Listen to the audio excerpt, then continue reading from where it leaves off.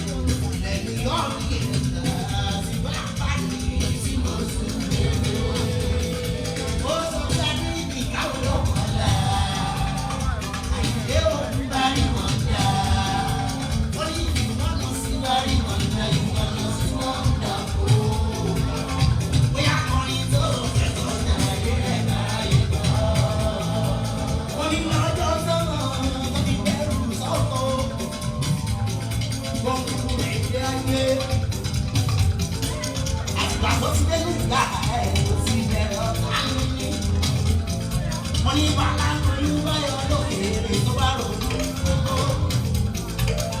Tí fúlù ọmọ àdàmà, wọ́n ní ta ló rọ níṣẹ́ o. Nígbà tó jẹ́ gbàgbọ́ rẹ̀ alẹ́ nítorí fún. Màlálà onílò-onílànà, ìlànà òkòkò.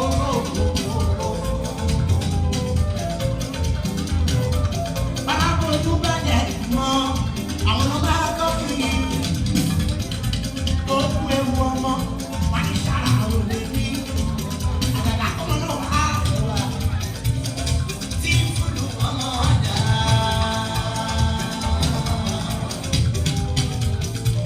Wà ní ṣe ìgbà ìlú ẹ̀rọ òyà sí. Òyà lé odò. Wọ́n ti gbàgbé pé o yára kí o lẹ́nu fẹ́. Please subscribe to Face TV Africa and turn the notification on. Face TV Africa, ẹ jọ̀ọ́ ẹ subscribe hete. Face TV was Swoby.